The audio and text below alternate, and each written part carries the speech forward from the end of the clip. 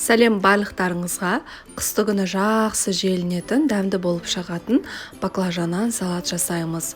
Ең алдымен бізге керек болгарский. Бұл жерде менде 3 килограммдай, 5 килограммдай қызанақ, 1,5 килограммдай сәбіз, 2,5 килограммдай баклажан, 2 бас осындай сарымсақ, яғни чеснок, 1 бас петрушка, укроп, тұз, қант, сұйық май, 7-8 штук сарымсақ және де осындай қара бұрыш керек.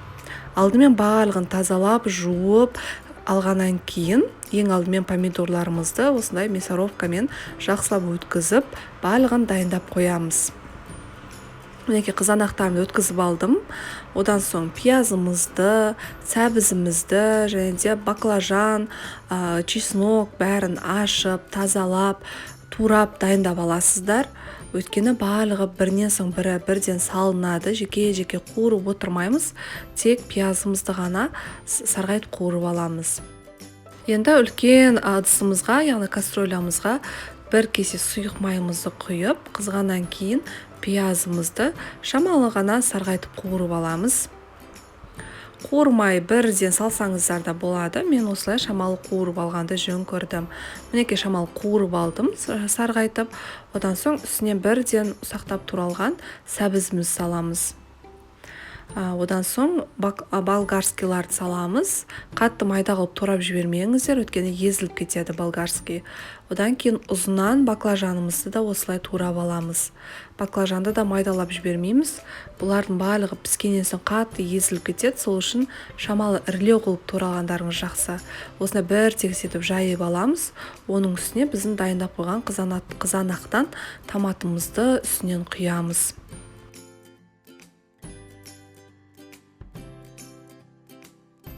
Осы орайда көз мөлшерімен қоссаңыздар да болады, немесе есептеп әрқайсысын қоссаңыздар да болады.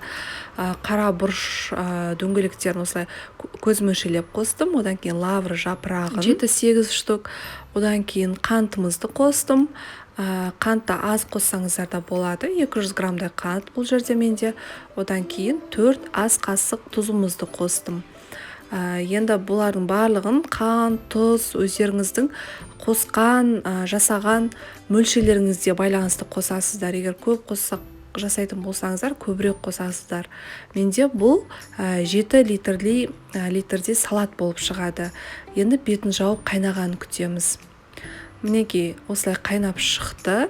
Енді шамалы астын пәсейтіп, ровно 1,5-2 сағаттай қайнатып аласыздар. Мінекей менде бұл жерде 1,5 сағаттай өтті.